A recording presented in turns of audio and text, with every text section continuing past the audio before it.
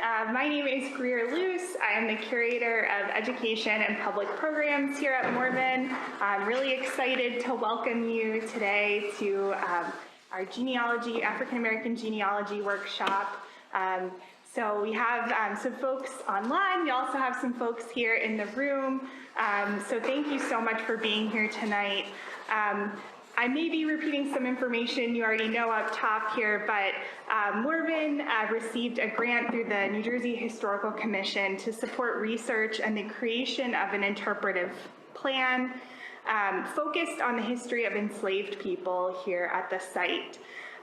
We're very fortunate to work with historian and consultant Sharece Blakney, who's with us tonight and will be leading tonight's workshop. Sharece led all the research and planning efforts for that interpretive plan.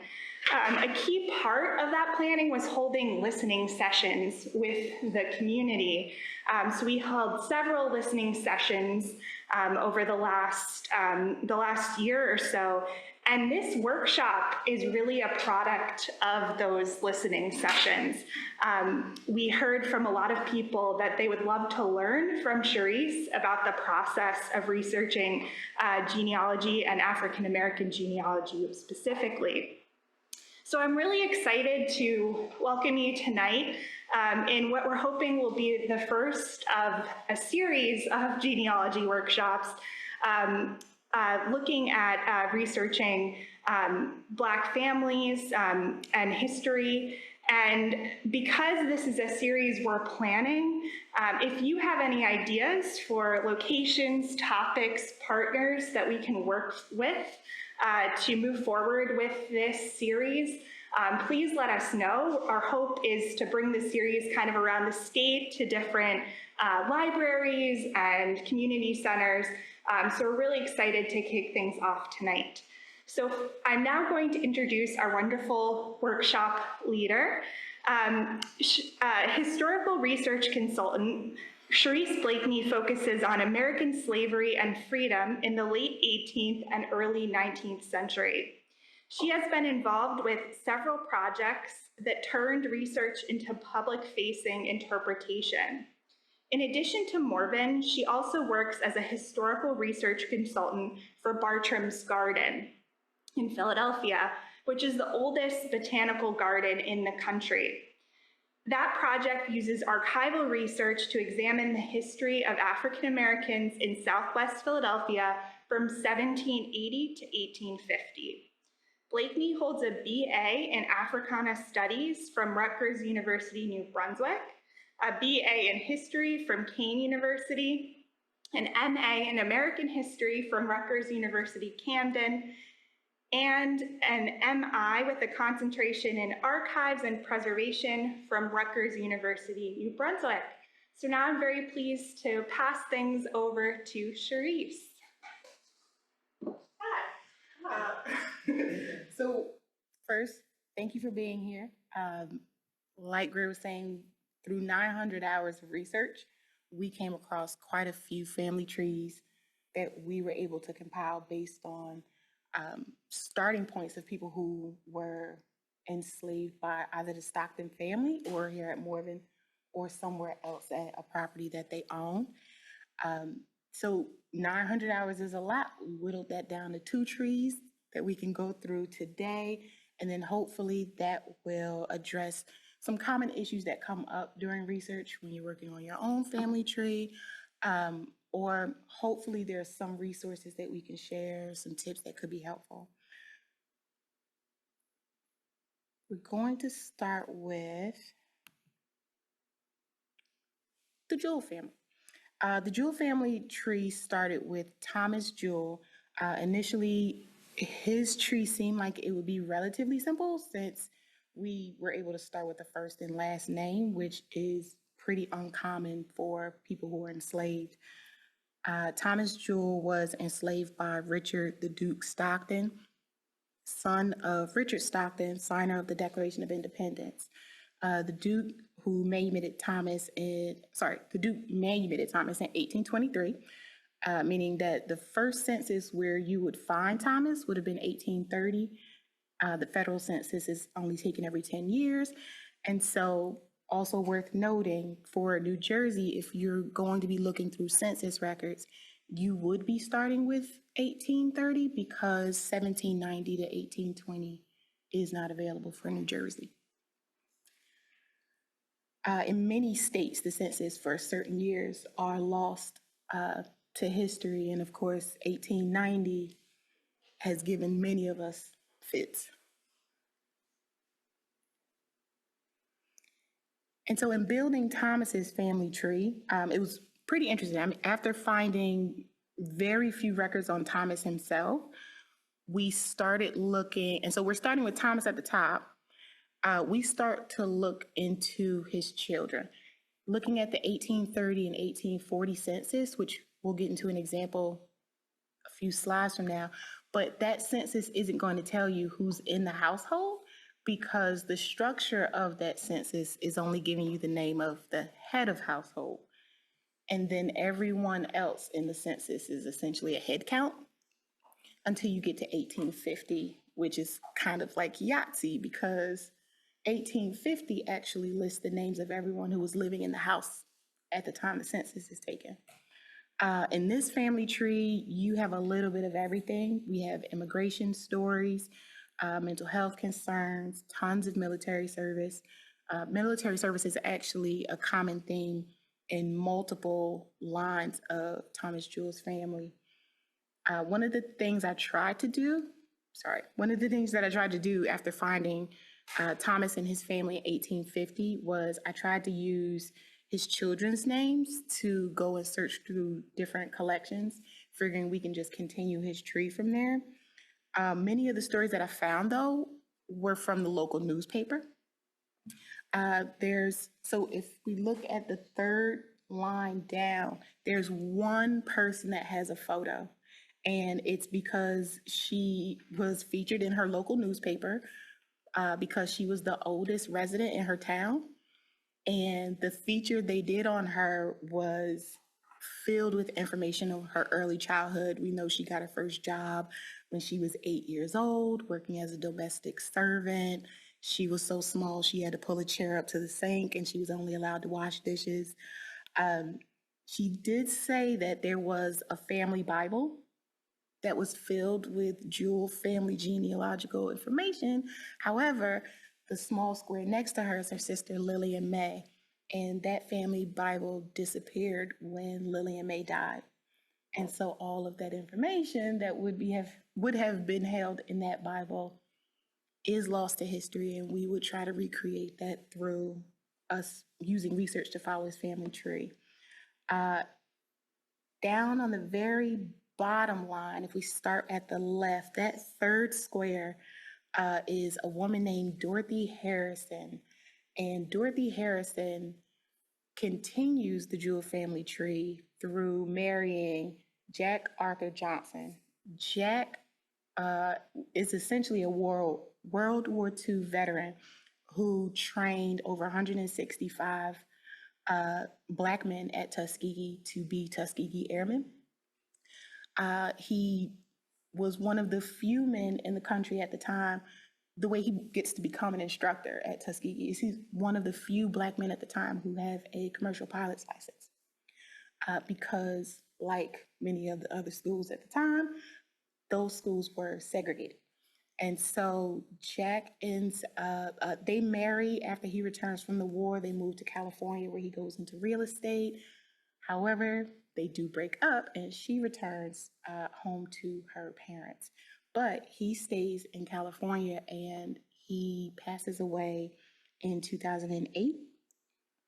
But one of the things we were able to find on Jack was there's an online obituary for him. And so one of the things we'll be talking about is the different places you can find information that may not be as obvious as let's go to the census. So starting with the 1830 census, it didn't offer much insight into the household itself because of the way it was structured. This is a screenshot from the 1850 census when we found Thomas Jewell living in Princeton. After he was manumitted by the Duke, he moved to Bridgewater. And that's where we find him in 1830 and 1840. But by 1850, he's back in Princeton. And again, with the structure of the 1850 census, we can actually see that he has a wife, he has children. The last two names, the last two lines for George and Rachel, that's the household next door. And as you can see from the ditto marks, they are also Jules. With this being the 1850 census and they are listed by name, it means that they are free people at this time. The 1850 and the 1860 census also came with slave schedules, where enslaved people would have been listed by male or female and their age. And so if you are able to find the person you're looking for in your family tree by name and not in that slave schedule, then you are talking about free people.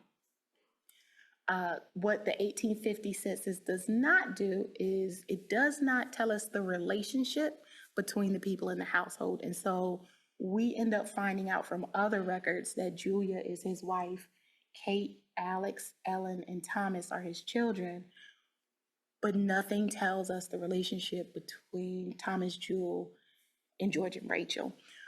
George and Rachel, I do believe, are married. The next page of the census, their household continues. They have a 1-year-old daughter. There are other free Black people living in the household with them. But based on age, it is very possible that Thomas Jewel had more children than we knew. But given the time period and the records that were kept, we couldn't necessarily tell that from what we found. Every person on this page, outside of George and Rachel, every person on this page, we were able to continue to find them elsewhere except Ellen. If you have a puzzle in your tree where you know that you are looking at this person in the census and you go to the next census, which unfortunately is 10 years later, and a lot can happen in 10 years, it is very possible you will find this head of household and there are people missing. And so one of the things that we needed to do was expand our search. It turns out that smack dab in the middle of the 1850 and 1860 census, Thomas Jewel died. And once he dies, his family disperses. And we have to find them in tons of other places. The hardest one to find was Ellen, because Ellen had left Princeton and moved to New York. And so we find her working as a domestic servant in the household of a free Black couple who has a young daughter, and they are living in Brooklyn. Another one of Thomas Jewel's children who was pretty hard to find, looking outside the census, was his son Alexander. And so he's going to be the oldest son. The reason we couldn't find Alexander, because I don't know if you can make it out, but in that box, that blue box at the top, that says state prison. Because you're going to have to expand your search if you find your household, but not everyone in your household. There's a number of reasons that can explain why someone is no longer in the house. But when we continue to follow the tree, we started to look through Alexander because as Thomas Jewel's son, he was the only son who left a very large paper trail. He moved from Princeton to Patterson, the Ridgewood area in North Jersey. And he had a wife who he had met here in Hillsborough. He was doing farm work, which we know from the newspaper write-up from 100-year-old Elizabeth Boyd that her father was a farm laborer who worked with animals. And so that continues to help us build out a fuller story on the family tree, because we know that Alexander wasn't just a laborer as it's written in all the census records. We know more specifically he was a farm laborer who had some background in animal husbandry. So following him, he had 2 children with his wife from Hillsborough, Frederick and Eleanor. Eleanor was very difficult to find because, as most women in this time period, it is hard to find you if you get married and no one knows who you married, because now we don't know your last name anymore. So it made finding his son Frederick easier. But when his wife dies, he remarries. And when he remarries a woman who's a bit younger than him and his first wife, they have several children. And the easiest one to follow is Alexander Jr. That is because Alexander Jr. is probably what most people at that time would have labeled as troubled. He is in the 1950 state census in prison because he struck his mother and threatened to burn her house down. And we find all of that information not from court records, but it was written in the newspaper. And so while it may be relatively simple in terms of the research process to go to the courthouse and look through these records, it's also an option to go through the newspaper because at this time, this is how everyone's sharing everything. And so now we could just pop to Google, but in 1915, you're going to read the paper. He was sentenced and his sentence was suspended is on the condition that within a certain time period, he find work. And he did not do that. And so that sentence was no longer suspended and he served for a bit. Historical context also helps us in terms of where we should go looking for things. So, for example, the federal census was every 10 years on a year that ends in an O, in a zero. But the state census was also every 10 years, but it was on years that end in 5. For New Jersey, that's going to start in 1855 and end in 1915. And so if you are looking to find more details on the households that you find in your 18, 30, 40, 50, and so on, you can get a picture of what's happening with this household also if you search for them in the state census between that time frame. Because of his age at the time, based on the 1915 record, we knew that he was about 25 years old. He should have been someone who registered for the draft for World War I. However, his record was quite late because we know where he was living at the time. This is his draft registration for World War II. At the very top, it says men born on or after April 28, 1877, and or before February 16, 1897. This is known as the old man's draft for World War II. These were men who were older, of a certain age, not likely to serve, but there are records of them. And for Alexander Jr., this tells us where he was living at the time. He was living in the welfare home. The welfare home in Burlington County was a part of a medical complex. And so you had Burlington County's tuberculosis sanatorium in the same complex as Pemberton's mental hospital. The records that I found don't show us whether or not he was there for something physical or there for something mental. That's context that you can sort of determine for yourselves. I would imagine based on everything we did find on his life, it is absolutely possible that he was more so at a patient at the mental hospital as opposed to the tuberculosis sanatorium. This is Alexander Jr.'s death certificate. What is interesting about it, so he's at the hospital for 2 years, which also leads me to believe that it would be a mental issue rather than a physical one.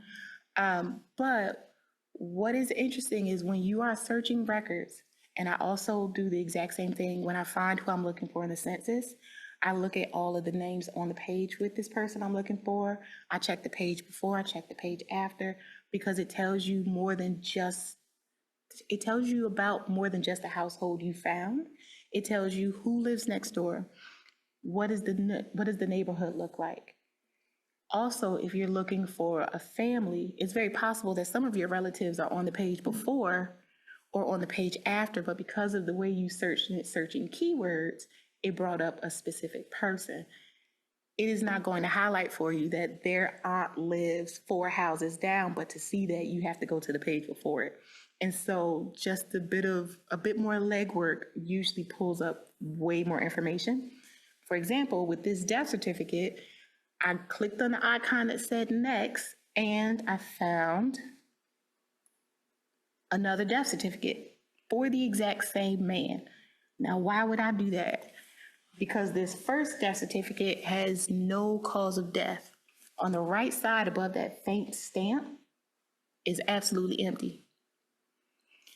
The stamp at the bottom is saying that this is not his official death certificate, and the very bottom line where it says autopsy, inquest pending.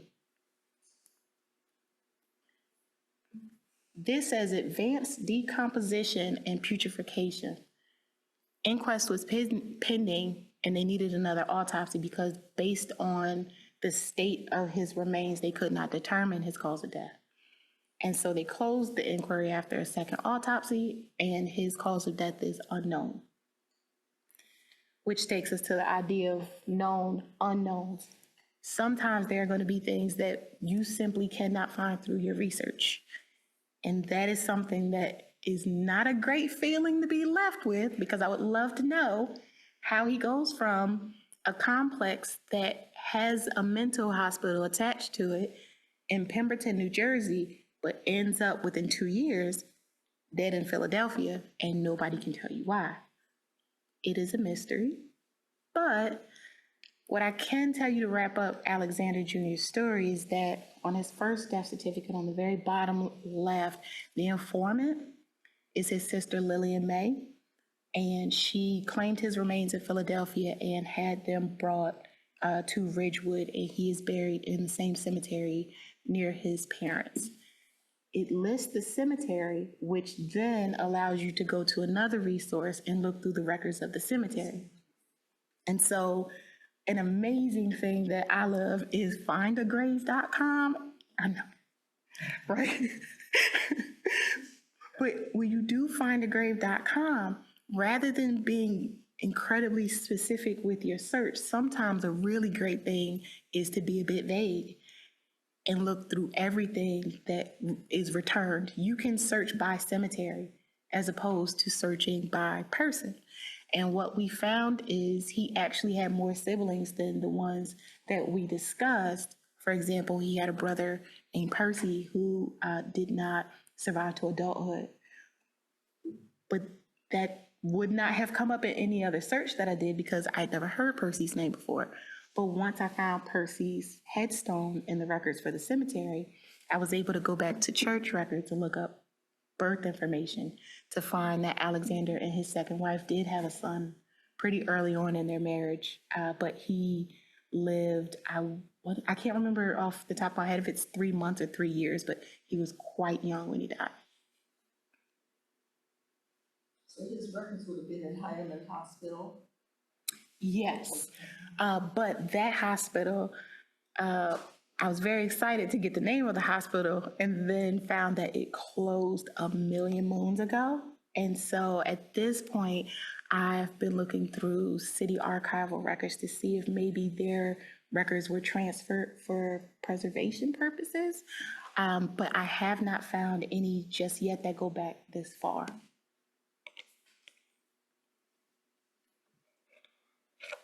So at the beginning, when I was saying we were going to look through a Jewell family tree and a Stockton family tree, by Stockton family tree, I meant Black, because one of the things that we were doing in the first phase of our research in 2022 is we were just broad stroke looking at the neighborhood and going through page by page of the full census for Princeton as opposed to just looking at the Stockton household at Morven. And one of the things we found in 1830 in the Witherspoon-Jackson neighborhood, there was a man named, a free Black man named Peril Stockton. And so, of course, based on what our project was and our research, I was excited. And I could find absolutely nothing about Peril Stockton, which was heartbreaking because I knew he existed at least in 1830, and for him to be nowhere else. But looking through additional pages, I found a Thomas Stockton, I found an Isaac Stockton, a Silas Stockton. He owned the house where Paul Robeson was born. Yes. And then he sold it to their African descendants. You're gonna get me excited. I know. I found a George Stockton, but the thing that I thought was most interesting is the distance between Princeton and West Windsor is this close. And so if you are searching for someone in one of those cities to expand on their family tree, it is possible that you should also be searching the records for the neighboring town, because that is where we found George Stockton. George Stockton, at this phase in the research, I can't tell you exactly why his last name is Stockton. I can tell you with him being born in 1830 and Morven being right here, there's only but so many ways a free Black man could have ended up with the last name Stockton. Looking through his family tree, just as interesting as the jewels, but again, with it being about 900 hours of research, I couldn't tell you every single thing I know about George Stockton, but we can hit the highlights.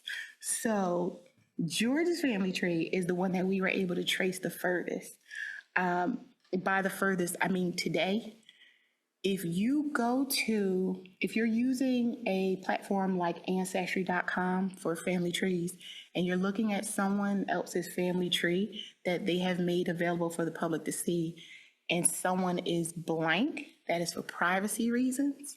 It is someone that Ancestry, based on the information that is available that you have attached to your tree, Ancestry is determining that this person is still alive. And if that is the case, you will not be able to view their information. And so that also means that there are plenty of things that I cannot tell you about his descendants who are walking around today because I cannot actually see them. However, what you can find is, again, in your newspaper, obituaries. And obituaries list names and the connections between people far more detailed than what Ancestry may not allow you to see.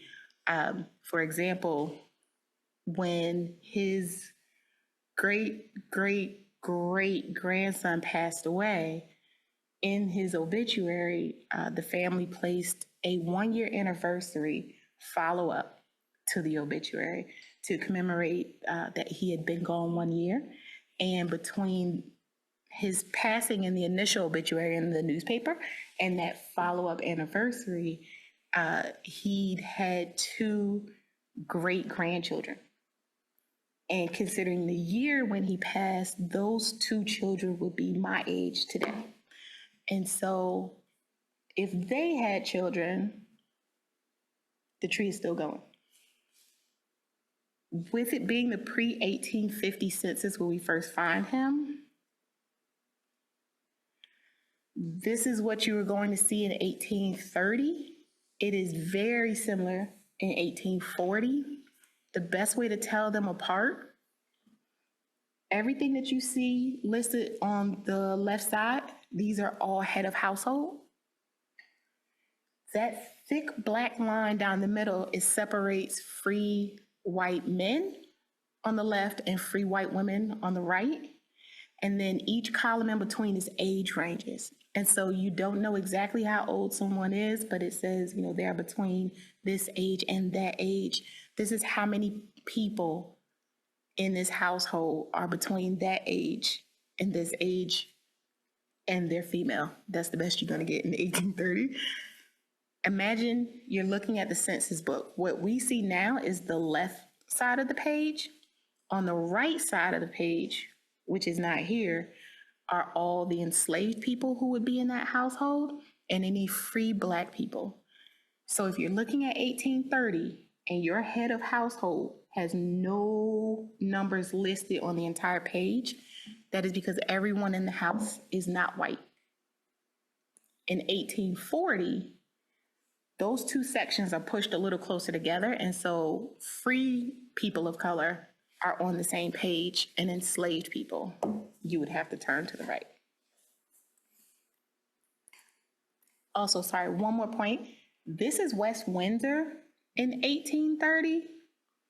I'm sure you noticed that everyone on the page, their last name starts with the same letter. It is not because they are neighbors, which we already know if you're looking at 1850, odds are great that they're neighbors.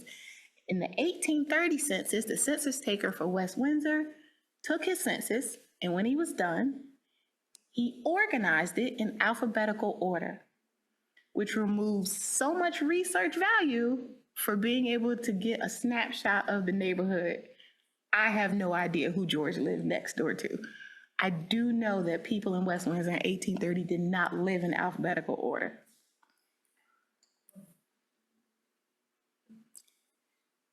This is a marriage record based on, just to go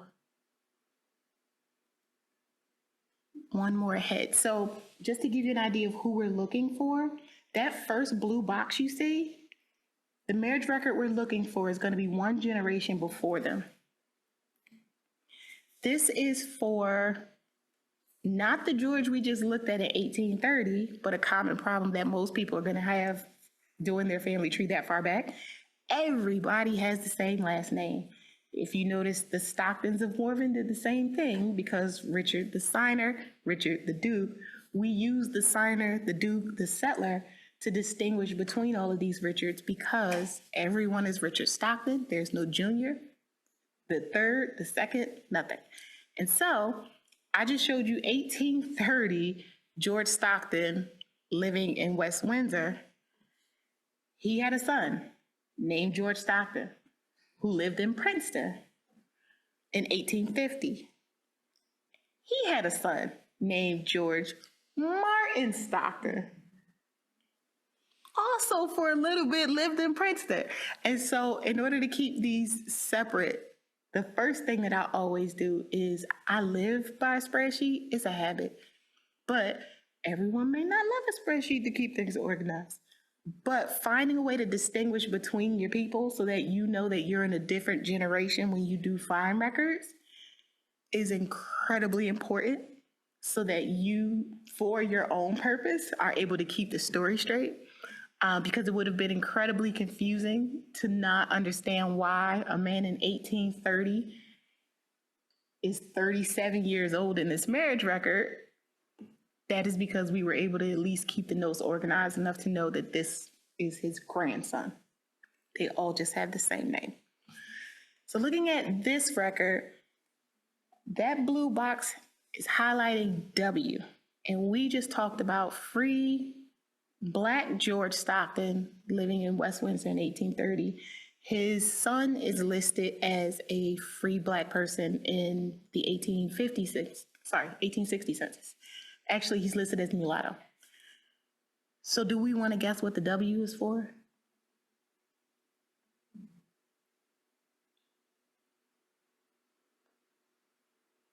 No. Well, fun fact, it's not white. West. No. Bingo. He is widowed, or he's a widower, and she's widowed. The other two options that could have filled that column is B and S. Family friendly, but that BS was for bachelor and spinster. Because this, I thought it was incredibly interesting what we did find in this record, but I also thought it was interesting what we did not find. There is not a mention of race for one person on this entire page. This is also a Canadian marriage certificate. I did the exact same thing. So George Martin Stockton marries Marie Josephine Perkins. After the family, so when we do find George Stockton's grandson and his family living in Princeton in 1860, eventually by 1880 census, they have moved from Princeton and they live in Newark, New Jersey. As George and his wife get older, the kids get older and they move away. And so each of his children find their way to another state. George Martin ends up in Michigan, and George Martin meets Marie Josephine, and they get married. That Windsor is not West Windsor for New Jersey. That is Windsor, the city in Ontario, Canada. But she is white. So in the W just isn't for that. But her parents, Charles and Matilda, they were French Canadians who, before the Civil War, made their way over to Michigan, where George was working as a barber, and he and Marie met. It is possible that as an interracial couple, that is why they live across in Ontario. I can tell you, though, miscegenation laws in Michigan at the time, they were legal to be married because that had not been reversed for them yet. But it may have been a comfort thing where it was easier to go back to her homeland than to stay in his. I can tell you, though, where it says he worked as a barber, he took the ferry every day from Windsor across the Detroit River back over to Detroit. He worked as a barber, and he got on the ferry, and then he went home. The Canadian Census records also did not list Marie Josephine. Her maiden name is Tart. It did not list her as white. It listed her as French Canadian, but he was listed as Negro. And they had 2 children together. Those are, so the highlighted box that you see at the top, that is their son, Leslie. To his left is their daughter, Catherine Madeline. What is very interesting about them is this family tree has the concept of passing, where this is a person of color who physical features allows them to navigate society as a white person. In Leslie and Catherine Madeline's birth record, they are listed as Negroes.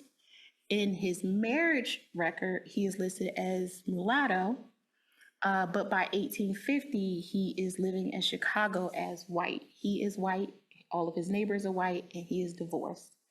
So his mulatto wife, Thelma, that didn't really work out.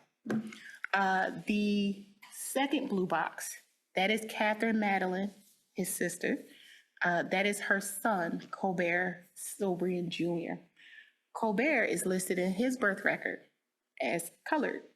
He is listed in colored as colored, just like his sisters. In every census record, you find him living in Catherine Madeline's house. However, in World War II, he registers for the draft, and his draft records say he is white. He also has to become a naturalized citizen because, as we followed George Martin and Marie's tree, they all were Canadian. And so while he is serving over in France, he becomes a naturalized American citizen. While he is there, he also marries a woman named Marguerite. She is German, and that is quite interesting. World War II. They come back here after the war. They settle in Chicago in the same neighborhood as his uncle. And he is white, Marguerite is white, their children are white. And according to a brief Google Maps search, 28 minutes from him is his mother and both of his sisters living in an all-Black household in an all-Black neighborhood.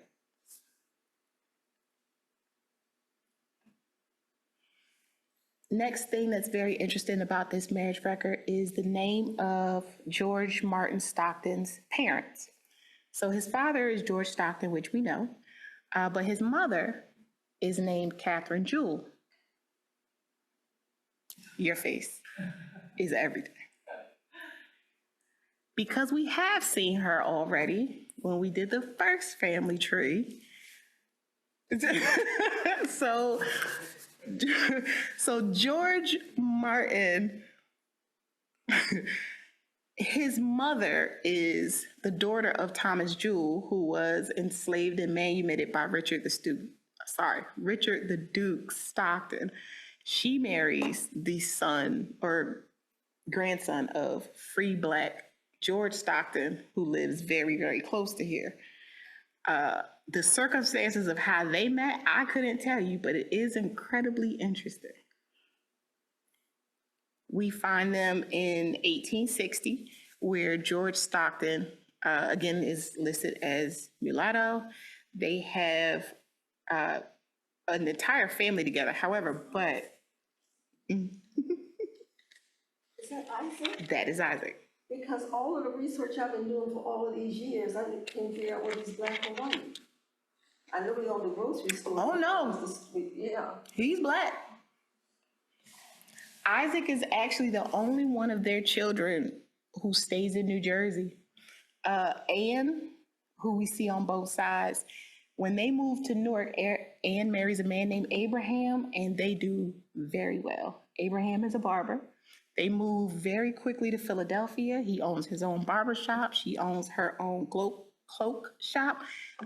They are like, I can afford live-in help well. And then they move from Philadelphia to Chicago, and they continue to do well, where they own their home as well as both of the buildings that they run their businesses out of. And their entire neighborhood is doing just as well as they are. They live in a neighborhood filled with very well-to-do professional or entrepreneur Black neighbors, except there is a Russian immigrant couple. Other than that, everything on their page before and the page after them are all well-to-do Black people. Andrew moves to Chicago also. He dies pretty young. He's about 55 when he dies. Margaret marries someone whose last name is Cox. Very difficult to find her in any records. Jane, you only see in the 1870 census. Never found her again. And then George Martin, we just followed. Charles being the youngest. Charles is actually probably the harder one to follow. He moves to Detroit and becomes an actor. Very short-lived. He didn't live long enough to become famous. He dies at 36.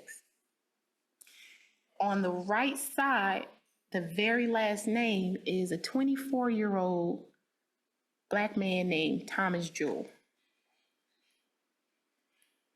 Thomas Jewell is in this record also, 5-year-old Thomas. And so by the time you get to the 1870 census, keeping in mind here, in 1850, he's 5. In the 1870 census, he's 24. That being 20 years apart is great, but sometimes you're going to find situations more like George Stockton. 1860, he's 28 years old. 1870, he's recorded as 43. This is one of those situations, though, where you have to give yourself a bit of leeway.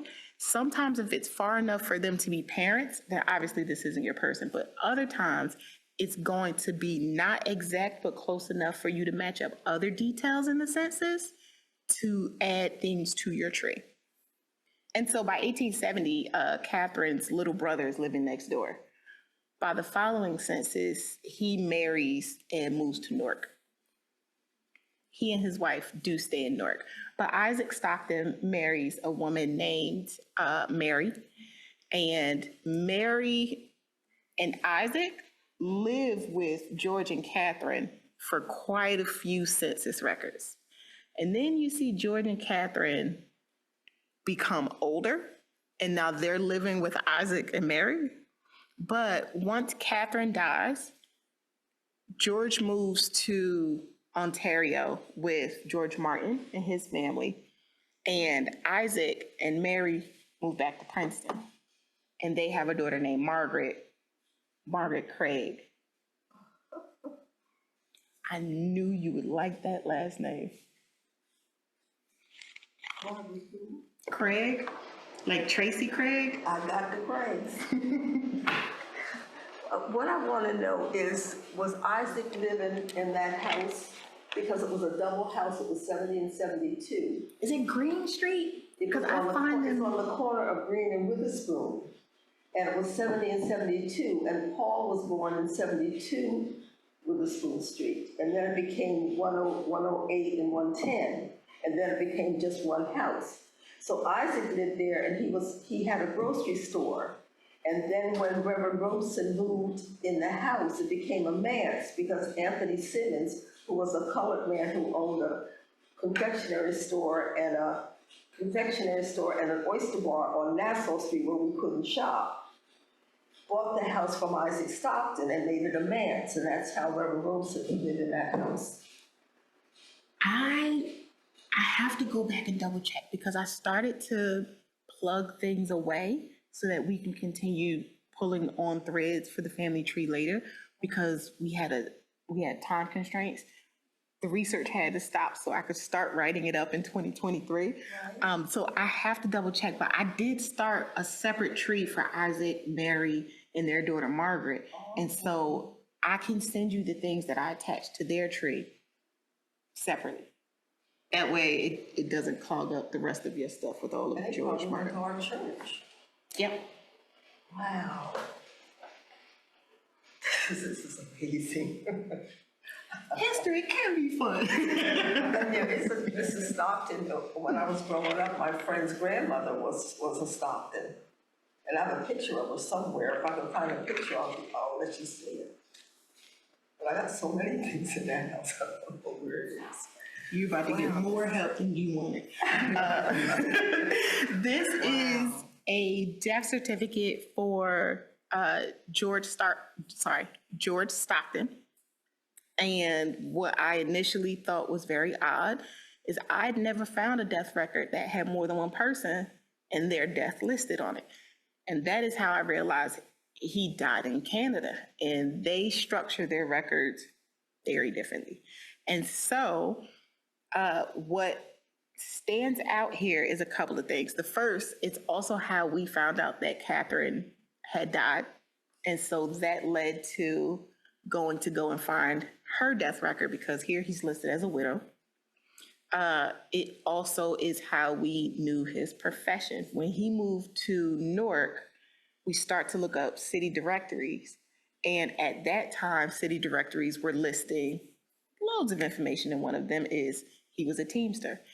However, he worked so long that he went from Teamster in terms of this sort of wagon carriage situation that's being pulled by a team of horses to the automobile was invented and he started driving trucks. So he sticks with this a very long time and becomes a retired trucker and moves to Ontario and eventually dies of an old age.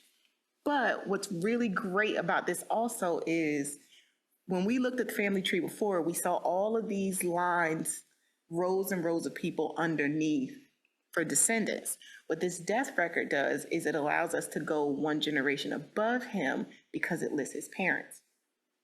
And so we know that his father was George Stockton, but his mother had been a mystery, and her name was Jane Doty.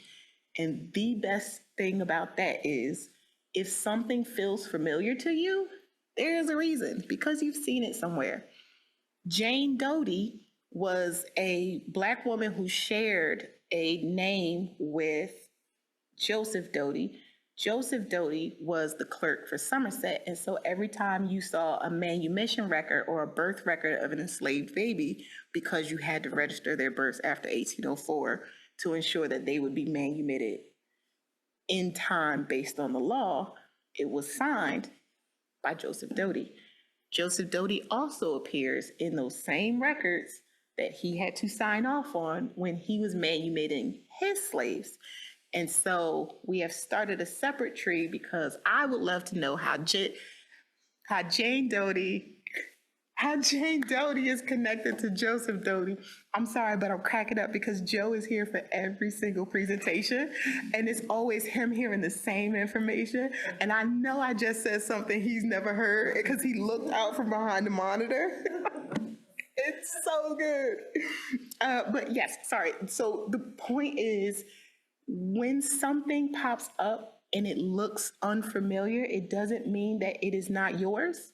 It doesn't mean that it should not be attached to your tree. It does mean that it's a thread you should pull and maybe sit it to the side and come back to it later, because you never know if a little later down the line, you'll have more information to make connections that you wouldn't have at the time. Also, if you have your family tree on a platform like Ancestry, where that little leaf pops up and it shakes every time they have a hint for you, it's exciting until you go, that's not my person.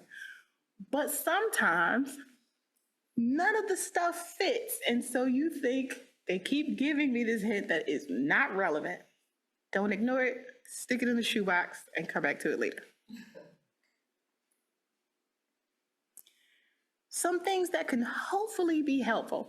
I know that a lot of times when we're doing family research, we aren't really checking for the National Archives or the Library of Congress because it doesn't really feel like maybe they have some relevant things, or my family was just super, super local. That's fair, but they have tons of records that have been digitized. And so it is very, very great because you can do this from the comfort of your computer at home or at your local library. And they have tons of digitized photos.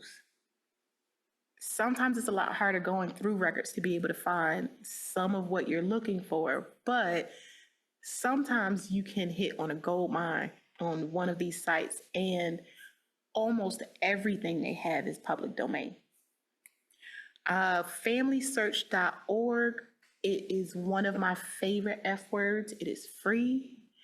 If you or someone you know would like to start their family tree and they feel like, I don't want to pay for Ancestry or I can't, that's perfectly fine, because there are free ways to do your family tree. Family Search is excellent from the perspective of not work. I didn't find it great for work because you can only hold one tree. But if it is you doing your personal family tree, it's excellent because you only need one tree. But their browsing function is outstanding. You are going to find way more than the census.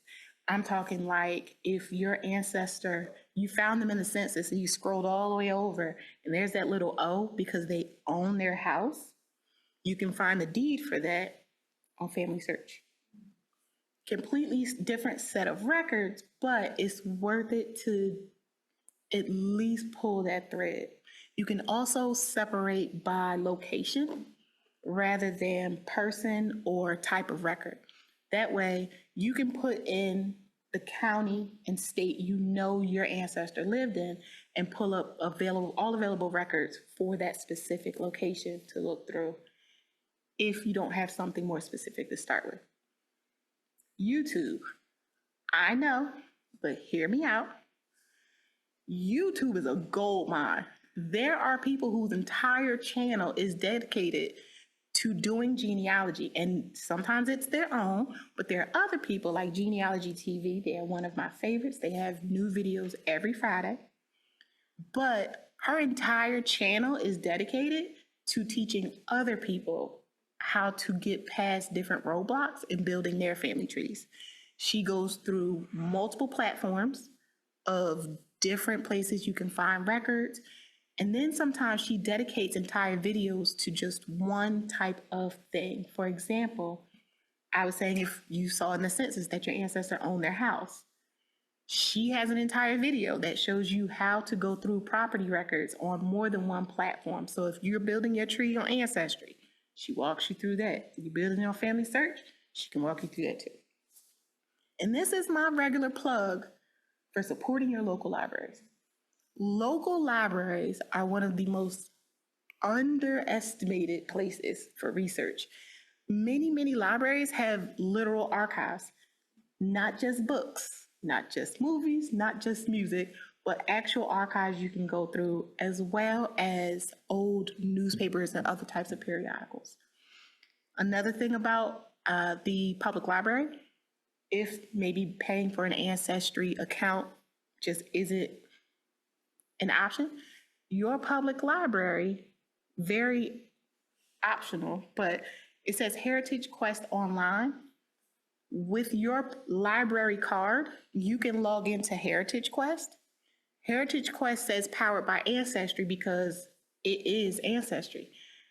All the information you can find on Heritage Quest is provided by Ancestry, and the best part, if you have the basic Ancestry account, it does not allow you to view records that were not created in the US.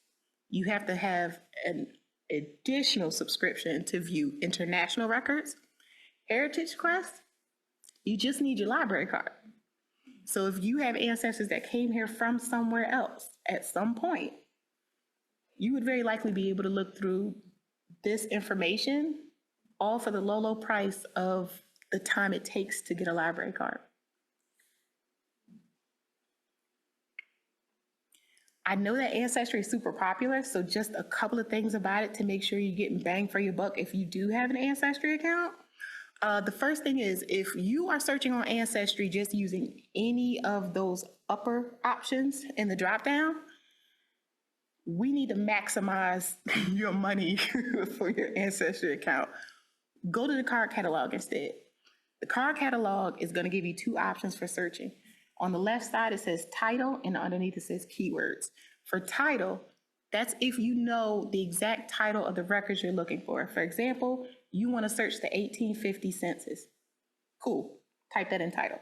However, if you want to search for a collection of records, you don't know what they will be called or what the title of it is, but you know that these records exist, you can get very broad and loose in the keyword section. Just for your own purposes one day, if you are searching on this, I do implore you to type in the word slave ship. Just trust me on this. But it does allow you to filter through all of the options that come up. So in the middle is every collection you could possibly have. Ancestry has over 33,000. On the right side at the top for sort by, you can sort through the date this collection was added to Ancestry, but that dropdown also has an option for the date updated. If you sort by date updated, there's very possibly collections you've already looked through, but since the last time you searched for them, they have either changed the indexing so that they are more useful keyword options, or they have completed the digitization process, and now the rest of that collection is available. So it's always worth it to just go back to something you think you've already looked through and switch the option to date updated, just in case something has changed. With all of your results that you found in the middle, on the left side under filters, you can separate by the type of record. Under that, you can separate by the location where that record was created. And under that, you can separate by date. Separating by date is incredibly helpful, especially when you know that you have generations of men with the exact same name, but there is no way that one of them was alive in 1800. This will be the stuff that maybe pops into the top of my head because it's stuff that I kind of have to pass through all the time when I'm doing research for things that aren't necessarily my family tree, but just history-based. Leaning into historical context. If you have someone in your family who was alive during World War I, that is an entire collection of records you can search for. Someone who was alive during World War II. Historical context, I mean that in terms of there are these things that happened in the world. You are here today, so that means somebody in your tree was already here. You can go and search those records for them, even if that means doing a sort of cursory search of your last name in a specific location. You may find people that you didn't know they existed. All threads to pull. Learning from the pros. Citation chaining is probably one of my favorite things to do, especially if you do love to read. You can do research and be reading at the exact same time. For example, if there is a book that came out on African Americans in Central New Jersey, Elaine Buck and Beverly Mills, do you have a book on African Americans in Central New Jersey? Get the book.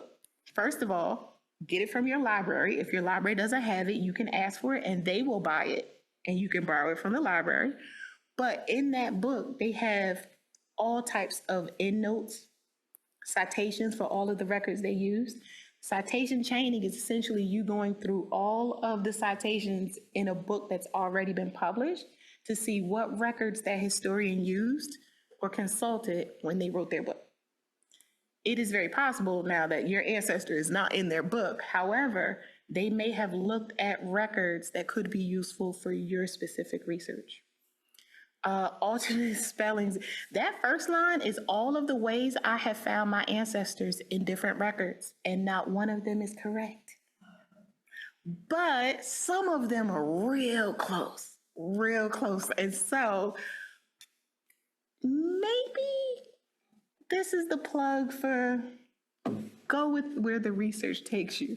It may not be exactly correct. However, it is close enough that I was able to take my tree back to 1840. Underneath, those are common historic abbreviations for names that you are going to find everywhere: John, Charles, Joseph, William, James, and Thomas. And if we put GEO, we'd also have George. So if you do find some of these abbreviations in different records during your research, it could give you information like you didn't know that your great aunt was married to a guy named Joseph. In the record, he's listed as JOS, but it's not written out. But because you familiarized yourself with abbreviations, you're good to go. Nunk, Pan, and Ray. That is an aunt that I have. Everybody in the family called her Aunt Nunk. Social Security calls her Willie Blanche Butler. Pan is Willie Muldrow, and Ray is Donald Blakney, but I already had an Uncle Donald Blakney, and so they called this Donald Blakney by his middle name, which is Ray. Talking to your family to gather information to get you started can be very hard if what they're working with is everything they heard at some point in their life. There's no way I would have found any of them based on the information that was shared with me, because those are not real names, those are nicknames. And so if you are going to start your family tree by going to people in your family and sort of just gathering what they know, try to be as clear as possible. Or maybe ask, does this person go by anything else? Because it is possible that, oh, well, his actual name is, that's what you're going to go looking for. And then getting started with little to no information. We had a family tree in this project where we were looking for an enslaved man named Hannibal. All we knew was that Hannibal was manumitted, what year in the county he was in. And with just his first name, we were able to trace his tree to the year 2000. It was because, starting with little to no information, we had to pivot. We couldn't go to the census the way we did with Thomas Jewell and look for a first and last name. So we had to start broad and dig down. Sometimes the best thing, as overwhelming as it might seem in the beginning, when you have so much information, sometimes it is best to have more so that you can sort through than to have so little to go on. Other things, those are some online options if Ancestry isn't your vibe, if Family Search isn't going to work out for you. These are some other options you can go with. I know that MyHeritage is also another pretty common one, but other options like Family Tree DNA and WikiTree have tons of collections that they make available online that don't cost anything. And again, we discussed our favorite F word. It is free. If you can do any portion of your tree and it will cost you nothing but time, then that's exactly how you have to do it. There are also genealogy blogs and podcasts, just like YouTubers. I am a big fan of Amy Johnson Crow. Her website is super easy. It is literally amyjohnsoncrow.com. She has a newsletter. It is free. She sends it out. I want to say you might get an email twice a week from her. However, her website, her newsletter, and her podcast are all dedicated to how to help people do their own family research. And she starts collection by collection.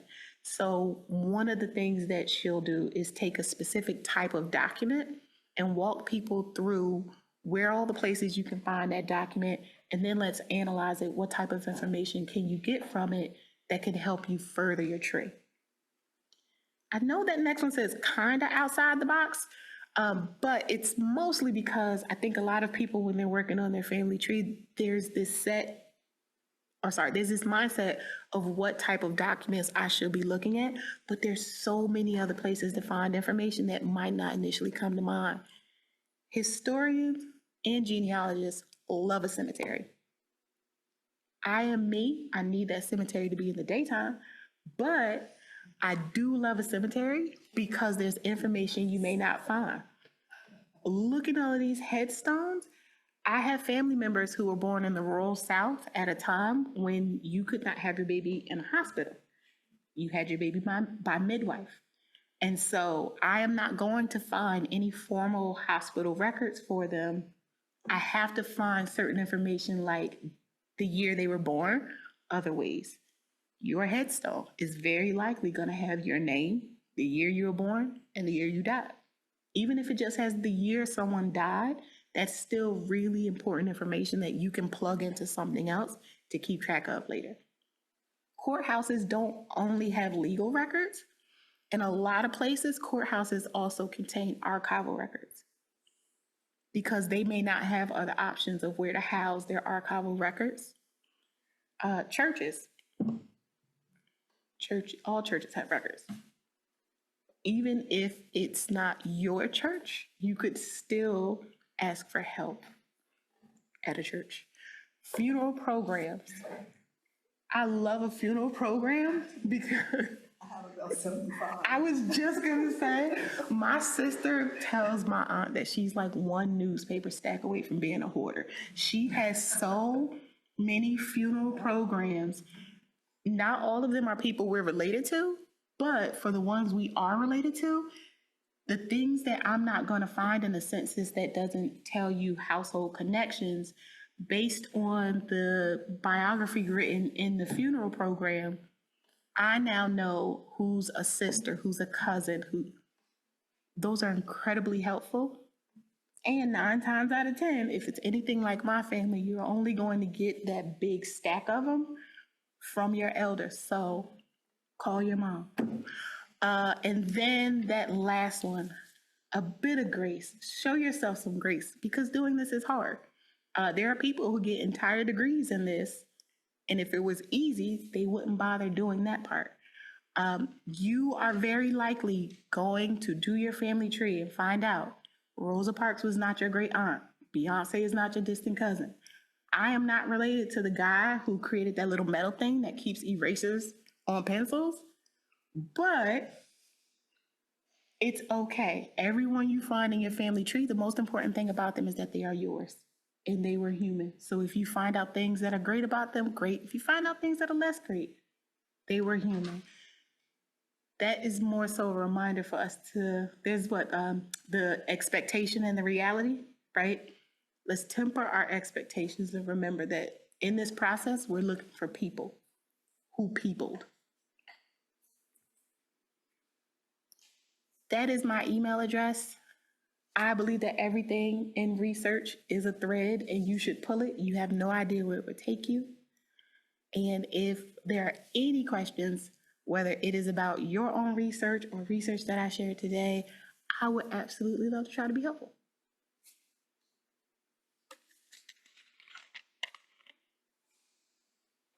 I have a question. How did you, for prison records, is that something you can find in the census itself, or is it a separate census? It is a separate, so everything had a census at that time, right? So every household was counted, but there were census takers who would go to the prison and do a census. You had hospitals where you would find people in the census, but everyone on that page says patient. That is because they had a separate census, but they were all combined into one when it was added for you to be able to search it. If you are looking for someone who would have been in prison, it is very possible that you could actually either contact the prison, because prison libraries also still maintain their own archival records. If it is a prison that no longer exists or functions as a prison, depending on what's there now, you could still access their archival records. For example, Eastern State Pen, no longer a functioning prison. However, they do still maintain their records. And I was able to do research for a different project where I found a guy from the 1800s who did a little time in Eastern State, but they still maintain their archival records or make them available for research.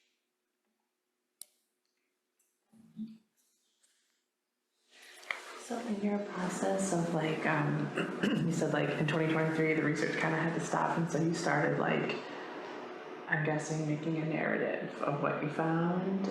And so how, like, can you share some about that process in terms of like, you know, kind of like the difference between gathering the facts as disparate as they are and then trying to like make a narrative that's interesting to someone? It's not just like, I found this here, I got a great old story, you know, but how do you like relate it to today and like look at the themes or pull like story from these incredible facts that like as a historian you're probably like, whoa, but how to get someone else when they don't have Who doesn't have the that setting, right, to like create a narrative of this amazing stuff that you're finding. So we had to do it in two separate parts. The first part was, well, let me take a step back. In 2022, when we did this 900 hours of research, we did it in two parts. So the first 6 months, that produced a research report, and it was very stuffy. It had footnotes. It was a professor's dream, the research report, but it was very like to the point of this thing happened in this person and this date and this date and this date, very technical. Same thing happened with the research from the second half of the year. And so we have two research reports, and the goal was to then take those research reports and turn that into public facing interpretation. And so a couple of different options came out. Some of it was, this would be really interesting to publish, let's sit this to the side. But the broader option was to add on to Morven's website. And so that is the 2024 project where we are writing out a website. And what we did was we took the research report and we separated into sections. And so in order to, one section is just us telling the story of Thomas Jewell's family, but in order to make it not so boring and stuffy, what we did was we separated it into generations. And so once we tell you what we know about this particular person, because we can't tell you everything about every single person, it means we had to supplement with historic context. So it's one thing for me to tell you that I found a draft registration for so-and-so for World War I. It's another thing to then explain that he was on the slacker list that is published in your local newspaper. Well, why would your local newspaper publish a slacker list, and what is that? So now we explain what is a slacker list. We explain how the American government put some money to the side and actually, not deputized, but your neighbor could literally call the Department of Justice and say, I think they're a German sympathizer. That is how you make it not boring. You sort of make sure that you're adding historical context and not leaving any information out, but making sure that the information that you are sharing is making sense to the story you're telling.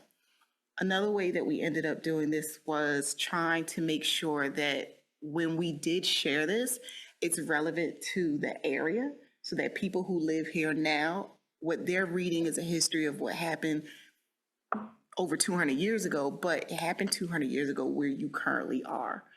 And that is more so a snapshot of history that we're not going to get anywhere else because maybe that story hasn't been told yet. And so the goal was essentially to tell a history story that is not boring, filled with facts so that you know that actual historical research had been done, but write it in a way where you want to keep going to the end. It's stressful.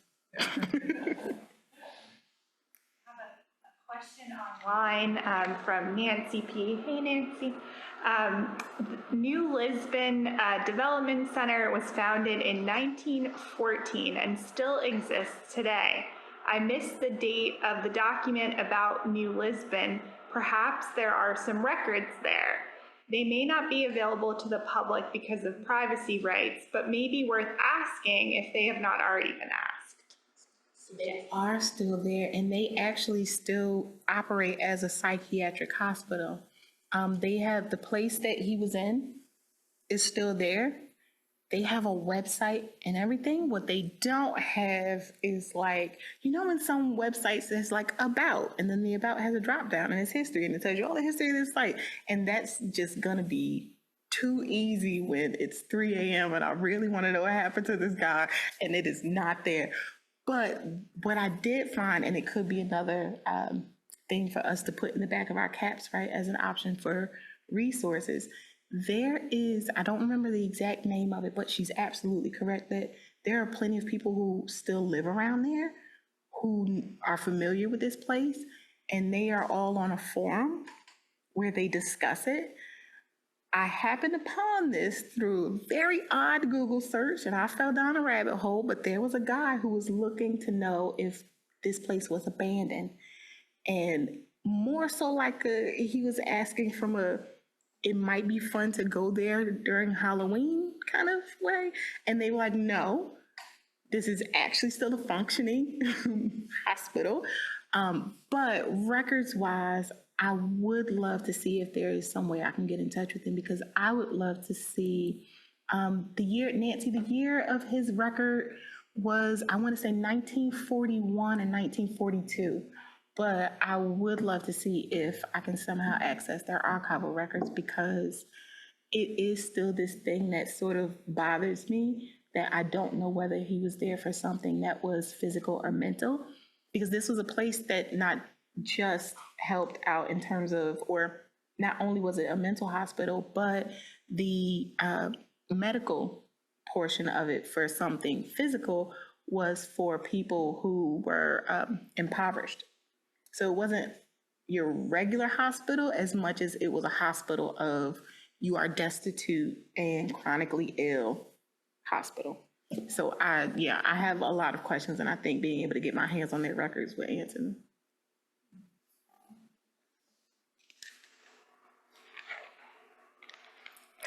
I have some. No, you're fine. I thought I was jotting questions down.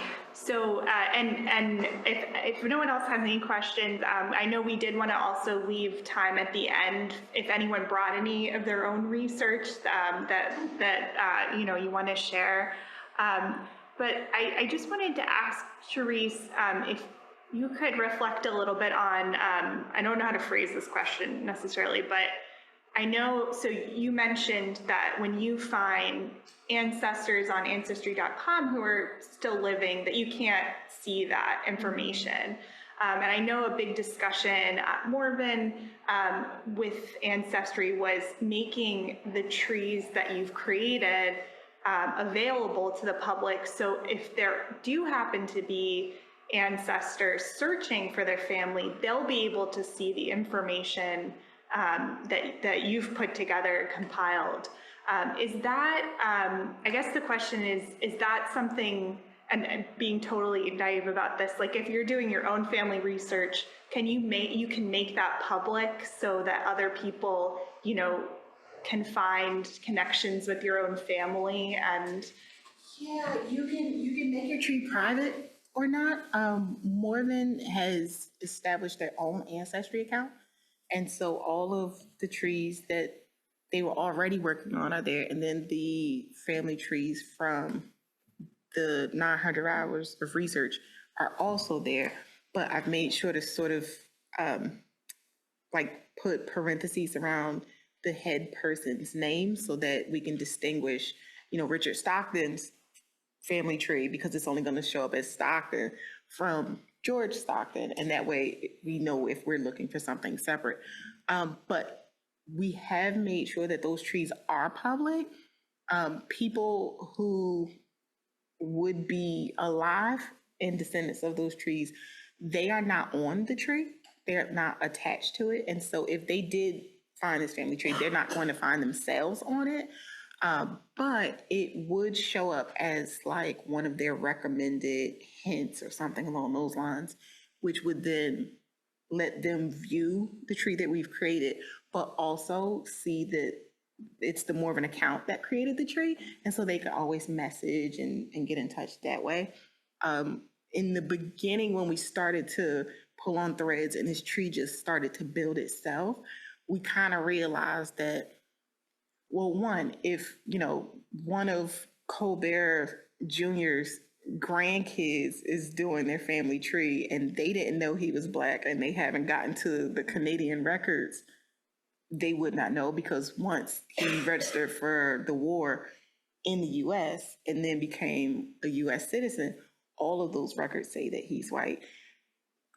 I don't want to be the person to share that information with you, or I'm not how you should find that out. And so we thought it would be best if, in sharing the information, because you don't do that much research and keep it to yourselves, but to be helpful, at least make it available. And if they were interested in knowing more, then they would be able to reach out to us and we would be like, well, sure, let's tell you everything we found now, if you're open to hearing it. Cool. I brought some information, but I want to see you privately for this. I have my Nana's side and my grandmother's side. Not to be creepy, but I've already started your family tree. Which side? Your mother's side.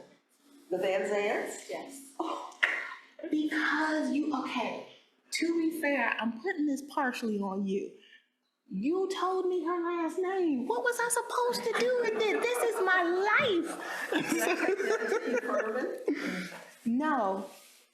That's actually, my family was in the Trenton Times in 1993. There were 4 Black families doing Black History Month. And my father said, do you want a gun? And I said, what am I doing with a gun?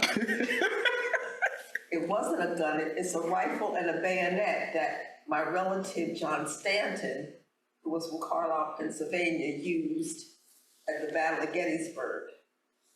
And it's in my closet. Let's back up. You have. But I want to do, and actually I called Cumberland Historical Society and they sent me all this information and a picture of him in his uniform. So I'll meet with you so we can go over this information. That sounds very exciting. I'm trying. I want all this information before I die, so you gotta help me. Stop. Don't. Well, thank you so much, Sharece. No, thank you all. Thank you. I appreciate it. Yeah. It is my favorite thing. Any person you find on your family tree lived, and the fact that they were here means that somebody should know. Thank you so much. Thank you so much. And thank you to everyone who joined us tonight online too. We look forward to being in touch moving forward.